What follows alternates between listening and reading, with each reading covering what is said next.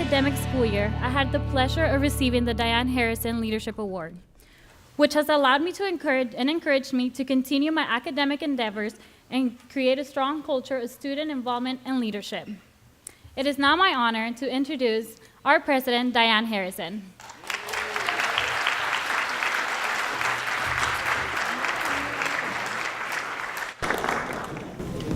So good evening, and thank you all. Thank you for joining us at CSUN this evening for what is such an important discussion. We are thrilled to host the second San Fernando Valley Transportation Summit. I want to take this opportunity first off to acknowledge the leadership and the ongoing support of Senator Bob Hertzberg and thank our event partners, Senator Hertzberg, the Valley Economic Alliance, the Valley Industry and Commerce Association, and the United Chambers of Commerce. To understand how the issue of transportation, how dire this issue is, to accessibility to our campus for our students, you must take into account the size and the reach of CSUN's students, faculty, staff, and visitors, which is now nearly 50,000 individuals strong. As you can see, we've become quite the institution. As we have grown, so have our needs. But it is critical for us that we have a public transportation infrastructure that provides access to CSUN, not only for those attending or working on campus, but for the community as a whole. We welcome the opportunity to be a major transit hub for the San Fernando Valley, and we look forward to working and continuing to work with many of the leaders in this room on ensuring the San Fernando Valley's transit needs are met. Here at CSUN, a robust transit system that serves the needs of our students could mean a student being able to better balance a very busy class schedule and a part-time job, sometimes more than one job, or even being able to attend at all. In addition, by maximizing our public transportation potential, we will help ease traffic congestion and parking issues surrounding the university and beyond. I know we have some of our neighbors here who constantly see student cars parked in front of their homes, who don't like it, and I don't blame them. And what I want you to know is we're trying to fix that, and with your help, we can do that. Before I introduce our senator, I want to describe briefly an anonymous phone message that I received in my office earlier this week. An unidentified caller was critical of my advocacy for better public transportation for our campus. Why, you might ask? He believes that our students already receive too many benefits. They get grants and too many handouts. He suggested that we simply give our students free cars and meals. And I want you to know, unfortunately, he hung up before we could get his contact information, because I would have called him back and I would have said this, which is what I'm saying to you all tonight. We are talking about educating the future leaders of our region, not just the Valley, but of Los Angeles, California, and indeed the nation. We have to be able to provide accessible education to our students. We'd like to be able to provide accessible employment to our employees. And I'm convinced that with better improved public transportation to this campus, we can reduce the numbers of cars that are coming not only to our campus, but to our neighborhoods. I am very proud of the work that we do here. I'm very proud of our students, but I can tell you that my job is to be an advocate for this university and our students, and I will not stop doing that. The impact of transportation issues on our campus is why I am especially thankful for our partners that have helped us remain part of the conversation, and especially Senator Bob Hertzberg, who I'm honored to introduce this evening. Senator Hertzberg, as you know, represents the 18th Senate District, which encompasses CSUN and the eastern portion of the San Fernando Valley.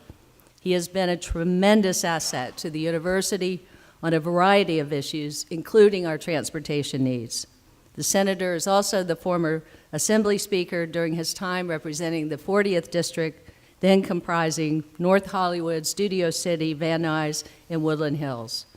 While in the Assembly, he has supported local issues, including the launch of Metro's Orange Line in the San Fernando Valley, construction of the California State University Northridge Valley Performing Arts Center, and construction of the sound walls on the 405 freeway. Needless to say, we love him here at CSUN. Please join me in welcoming Senator Bob Hertzberg.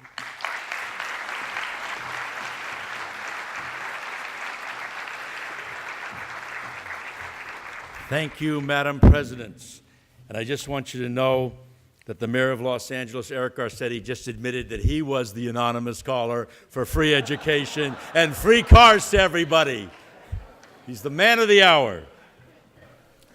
We started this at Valley Presbyterian Hospital, and Dave Fleming was there, who, you know, was an unbelievably important advocate for the community today. He's actually in Valley Presbyterian Hospital recovering from a sickness, and he would be here otherwise, and he gave us that venue for the first of these get-togethers.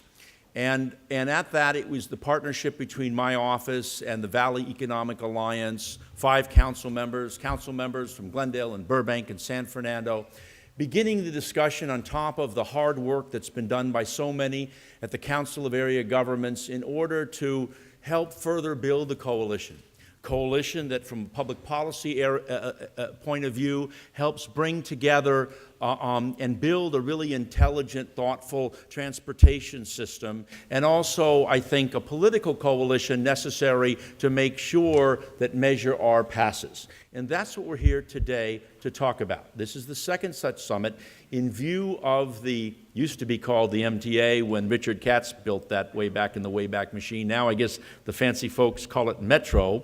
But to talk to the folks there, to talk about what they've done since the last summit, and to pull together in one room the San Fernando Valley. I personally called, as many of you know, every single neighborhood council president and every single chamber president, most of whom are here today, and as you'll hear later, are represented by the coalition of 34 neighborhood councils. Why? To continue to build that process of what we need to do to build a consensus. It's hard, it's difficult. You know, I've got my own view about what our fair share is. Others have a different view. But the reality is we've got to figure it out. And what I said the other day with President Harrison, is that a plan that does not include CSUN is not a plan at all. You cannot have 50,000 human beings, 200,000 trips, and not include CSUN. So what we want to do here today, the purpose of today's focus, we've got the Mayor of Los Angeles here, who's so gracious to be here. He wanted to be at the last summit, couldn't do so for a number of reasons. Unfortunately, I scheduled the summit on both his birthday and his mother's birthday, which is not a good thing for a Jewish mother. And so appropriately, we changed it to accommodate his schedule so he could be here, because he represents both the San Fernando Valley as a son of the San Fernando Valley and as a large portion of the city as he's trying to cobble together a countywide coalition. So what we're going to do today is we're going to try to do this rapid fire. The mayor's going to speak. A few others. We're going to have Zev Yaroslavsky speak, who certainly is a critical part of all of this vision and has just delivered so much for the Valley. Richard Katz, chairman of the Valley Economic Alliance. The coalition today is larger, as Dianne said, than when it started, because the efforts that we've engaged in over the last number of months is to broaden it with VICA, broaden it with Valley on Track, broaden it with United Chambers, to broaden it by reaching out to neighborhood councils and trying to build a vision that we all can support for the San Fernando Valley. And the thing that I'm so happy about is Jose Cornejo showed me a photograph of them bringing in extra chairs. Everybody showed up tonight. It's a pretty impressive group, and hopefully we can send a message loud and clear and in a coherent and thoughtful way to the folks at Metro with respect to our interests. So I briefly want to, on the front end of this, we're going to do these talks. We're going to do a video briefly before the mayor that captures what the last conference was about. And we'll hopefully get out of here about 8:30-ish. That's kind of the timeline. You got Hertzberg gimme bags, because that's what I always do, pass out the tchotchkes. I love doing that. And I just want to acknowledge some of the people are here before we get going, and I introduce Zev Yaroslavsky. First, I want to give special thanks, as I acknowledged him earlier, Mayor Eric Garcetti with those fancy socks that he's wearing. Stand up, Mr. Mayor. Please, everybody.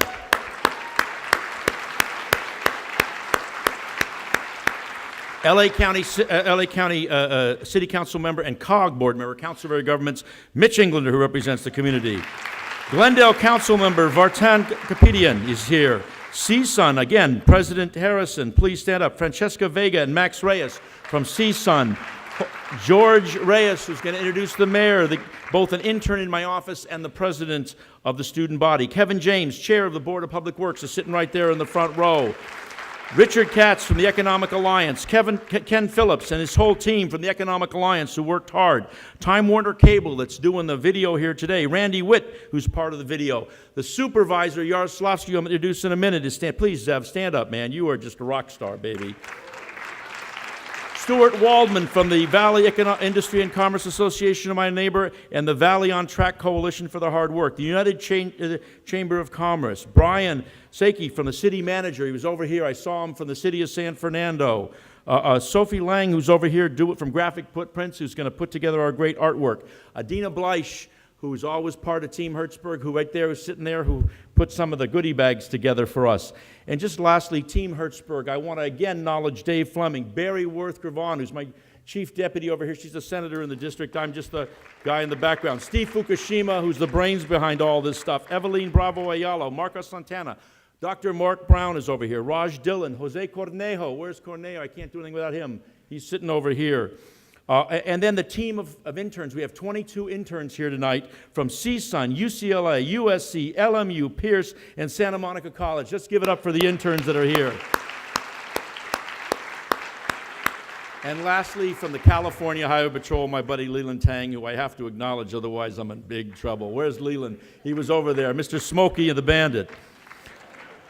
All right, Zev Yaroslavsky, I know most of you know this guy, but I'm telling you, man, he is just an extraordinary, was an extraordinary public servant in the city council. Was elected in 1975. Was that a Corvair you used to have in those old days? What was that? But just real quickly, and supervisor been in government for 40 years. And the thing that I love about this guy is that not only is he's now out of government, he's no longer on the government payroll except for his pension, of course, but he's over at UCLA, he's engaged, he's been working hard on this issue for all of us, given his institutional memory and his thoughts, because he's been such a big player. He's on the MTA board for 20 years. Ladies and gentlemen, Supervisor Zev Yaroslavsky.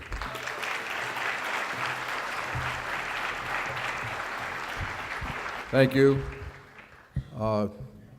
A lot of people ask me what I'm doing these days and how I'm doing. I'll tell you in one sentence, it's better to have the bureaucracy work for you than it is to have you work for the bureaucracy. I'm getting the other side of the equation these days. I'm honored to be here. Thanks, Bob, for your introduction. More importantly, thank you for convening this meeting. Thank you, Mayor Garcetti, for the work you're doing on trying to cobble together a countywide coalition. It isn't easy. We did it on a smaller scale in 2008. It was a pretty big scale at the time, and we barely got the 2/3 vote that was required countywide to get Measure R passed. And it was Measure R that enabled us to do a lot of things, including here in the San Fernando Valley, but not nearly enough, because the Valley had been shortchanged for decades. And in order to get to this part of the Valley, and even the central San Fernando Valley, we had to get to the southern part of the Valley. Now the discussion at Metro is somewhere in the order, and I may be off by a few billion, 100 to 120 billion total, if they're talking about an extension of Measure R and a new half-cent sales tax, which is what's been reported in the newspapers. Whatever the number is, it's a big number. And the San Fernando Valley should get its fair share. And its fair share doesn't necessarily mean a proportionate share. It may be more, it may be less. But it means a share that allows for public transportation to penetrate into the heartland of the San Fernando Valley, to serve the Burbank Airport and the Lankershim Corridor. Imagine what that would do to the economy of that part of the valley. This part of the valley, serving CSUN, one of the great universities in our region and in the state, 50,000 people a day. No mass rapid transit serving this corridor. Improving the Orange Line, and however one wants to improve it, certainly we can all agree that grade separations along the Orange Line and bi-articulated buses for starters to increase the capacity and to increase the frequency is a must. But to get new product out the door into this valley, new lines, new corridors served, not just the same old story. And that's what I hope will come out of this evening tonight. I know there's been a process. We all want to respect the process. It's been an interesting process over the last year or year and a quarter of getting to the project list that the Metro is going to put out. However, at the end of the day, the process has to produce a product which can get 66 2/3% of the vote. Otherwise, we're all wasting our time. And this valley is going to be critical, as every other part of the region is going to be critical, to getting to 2/3. 2/3 is hard to get, folks, especially when you're raising taxes and extending taxes. I like to compare it to the marathon. The first 20 miles are the easy part. The last 6 are the tough part. We'll get 63, 64%. It's getting to 62 and 2/3, 66 and 2/3. It's going to make the difference between winning and losing. I've been on both sides, winning Measure R and losing by 15,000 votes, 0.5% on Measure J, which would have extended Measure R by 30 years. Let's not blow this opportunity, and it's a once-in-a-quadrennial opportunity in a November presidential election to try to do something big and have a big impact countywide, and especially for the San Fernando Valley. So thanks, Bob. Thank you all for being here. It's good to see everybody. Thank you, Zev. What year was that, Richard, that Richard Katz, when he served in the legislature representing the Northeast Valley, was chair of the Transportation Committee and created the MTA. It used to be the LA County Transportation Commission, in which my younger brother served. And what year was that? 1654, says the mayor. What year was it? What was it? 1993. So Richard, not only is somebody who's a great voice for the Valley, but also really understands the larger issue, and he also serves as chair of the Economic Alliance for the San Fernando Valley. An unbelievably talented guy and unbelievably important in this whole endeavor. Ladies and gentlemen, former Majority Leader Richard Katz.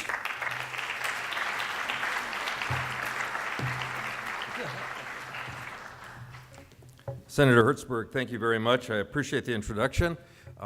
Please, because the mayor's here, we want to make sure that we point out that I also am a proud appointee of the mayor to the Planning Commission in the City of Los Angeles. Mr. Mayor, thank you for that. And thank you, Senator Hertzberg, and your minions. When you do something with Bob, it's not just, first of all, Bob's a larger-than-life figure to begin with, and then there are the minions and all the people that come with him and all the energy that he draws in, and it's really exceptional, Bob, and it's a pleasure working with you on things because you don't have to worry. It's all going to get done and get done really, really well.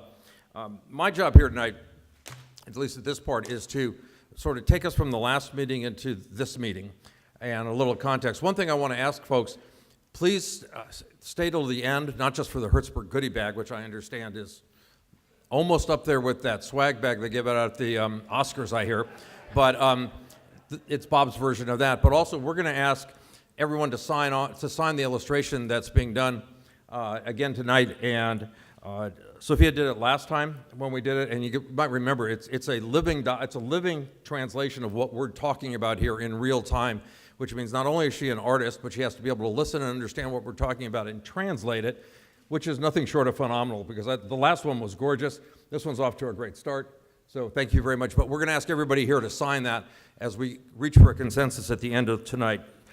Last meeting, when we all got together, we talked about a number of things, a number of projects. And we talked about taking, for instance, the Orange Line, which has been an overwhelming success. And Zev, I think the Orange Line hit capacity, or hit the projected ridership, what, 10, 15 years ahead of schedule? Right, it was triple the original estimate on the first day and has been at capacity for a long part of its tenure here. And the MTA, we were trying to plan ahead. We actually built that roadbed so it could be converted to light rail. We just never thought about what to do with the 30,000 people a day who were riding on it while we were converting it to light rail. So one of the things we've been discussing, and hopefully we'll put forward tonight, is the notion that we do this in segments, that we first grade separate the intersections the orange line goes through so that you have a separation between the buses and the cars. That way you can increase speeds for the buses without shutting down the orange line while you're building the whole project.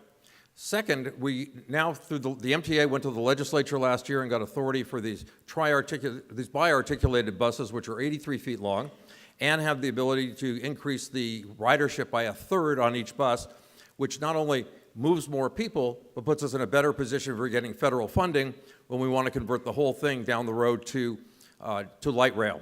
So that's one of the ideas that grew out of what Valley on Track started and all the people we've been talking to. In addition to that, the red line, completing the red line to Burbank Airport, so that connection is solid and you can go from Burbank Airport right to downtown Los Angeles or North Hollywood on the red line, or to Hollywood or the places in between. The orange line, connecting it to the goal line, to complete that piece of the orange line going east of the San Fernando Valley.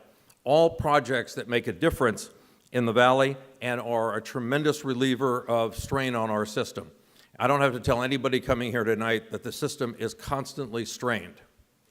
You know, it's like a car that operates just this side of the red line. It takes very little to push it on the other side. So we all have to do our share. And one of the things we've all learned in this business is there is no silver bullet. You know, everyone wants to know what we can support, so Zev uses it, that way he gets out of my way on the freeway. You know, there is no answer like that. We all have to do our share. Just for curiosity, how many of you were not born in Los Angeles? Well, I thank you. I do that so the mayor and I and the couple of natives that are around here, we understand, first of all, who's causing all the congestion on the roads. So I want you to understand we have method congestion. It is us. And as long as the weather like it is like it is today in February and March, more people are going to keep coming. So we got to be part of this solution. To that point, the reason that we've made Cal State Northridge such a priority, in addition to the great case Dianne made for it, President Harrison made for it, this campus generates 200,000 trips a week. That's a lot of trips for one institution, 200,000 a week, and the pollution that goes with that because everyone's in a car. The idea of doing BRT as a bus rapid transit as a way to improve transportation to and from this campus is designed to increase mobility, decrease pollution, and get a lot of those cars out of the neighborhoods surrounding Cal State Northridge. So that's why that issue has become so important to those of us putting this together. So with that, I want to thank you all for being here tonight. We should have a good program. And I would, at this point, like to introduce a short video to give you a flavor of the First Valley Transportation Summit, show you a little bit about the leaders and the comments that have been made and why we are here today. We had a wide participation from all across the valley. We had great input from the neighborhood councils and homeowner groups. So I always wanted to say that, Randy, can we roll the video?